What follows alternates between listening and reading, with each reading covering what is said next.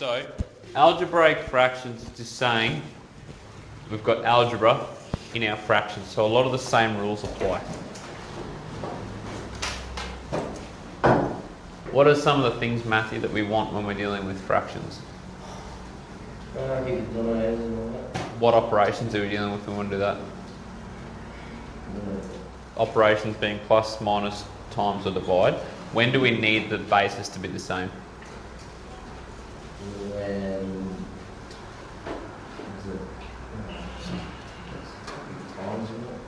Times are cool. What's a half times a third? What would you do with that? Wouldn't that just be 1 times 1 divided by 2 times 3? So do we need to do anything to the bases? So which one? It's actually a little bit of a misconception. I actually find adding and subtracting fractions a lot harder than multiplying and dividing. How do we get the bases the same with an addition and a multiplication? Harry? It could be the denominator, division and times. So what should I do to this fraction here? What's the first step? Get the denominator the same. How do I do that here? So you times one side by 5 times 5 and then the other side 3 times. So you're saying times this top by 5 and then times the bottom by 5? Yeah. Can we do that? Have we kept the equivalence of that fraction? What about on the other side? Can we do anything with that? 3 times by 3 and times by 3. Now what am I missing? There's something, again, most mathematicians won't pull this up, but what am I? I don't like this. Yeah, I'm missing the hidden brackets there. Okay, and how do you know that there's brackets? Because there's a long line underneath. Sweet. So I haven't done anything to my fraction. They still mean, if you times the number by 3 then divide it by 3, it's the same number, isn't it? So I've done the same thing to both fractions. What's my next step? So would you go 3 bracket 3 take x bracket under 15? 3 minus x, x under 15. Yeah. And then plus, and then you'll have 5 bracket 1 plus x bracket under 15. And then what should I over there? Yeah, that crocodile man thing. Has anything changed about this? No. That's still 2? Okay. Cool. So that's right. What should my next line be? Can I represent that? I don't want to do any maths or expansion.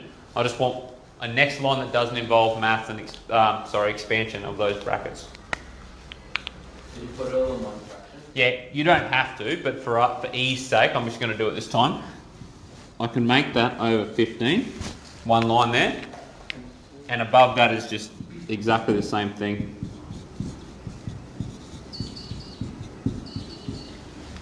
Are we happy with that line? Yeah. Why did I do that?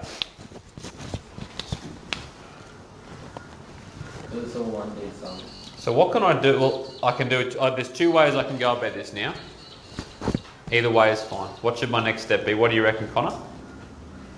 What would you do?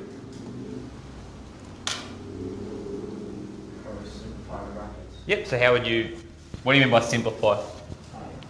Expand them. So I want to do that little half crab claw. That would leave me with 9 minus 3x plus 5 plus 5x over 15. Still got 2 choices here. What can I do? Both are right. Harry?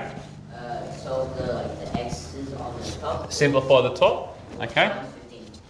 Or times 15. Let's simplify the top and then we can deal with that. Cool. So what can I do with the numbers there? What do you reckon, Ethan? I can collect like terms. What are some like terms here? X. Yep. So which ones? One on the left and one on the right. So what's that? What do you mean? What's the sum? Something over 15. Tell me what to write. 9. No, I don't know. I'm not too sure. Sasha? Negative 3x plus 5x. So negative 3x plus 5x And 9. plus 9 plus? Yeah. Okay, Ethan, do you reckon you can help me out now? What's negative 3x plus 5x? Negative 3x plus 5, negative 2x. Sure it's negative? No, 2x. 2x plus? 9 plus 5. Which is? 14. Over? 15. And this is just like every other problem we've done, isn't it? From there, what are we doing?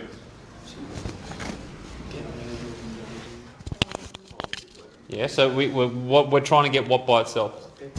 We call that rearranging or transposing. Have we done that before? Yes. A couple of hundred times? Yep.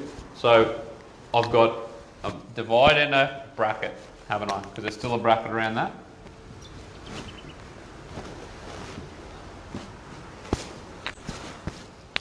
So what should I do now? Times by 15. So I've got 2x plus 14 over 15 is greater than or equal to 2.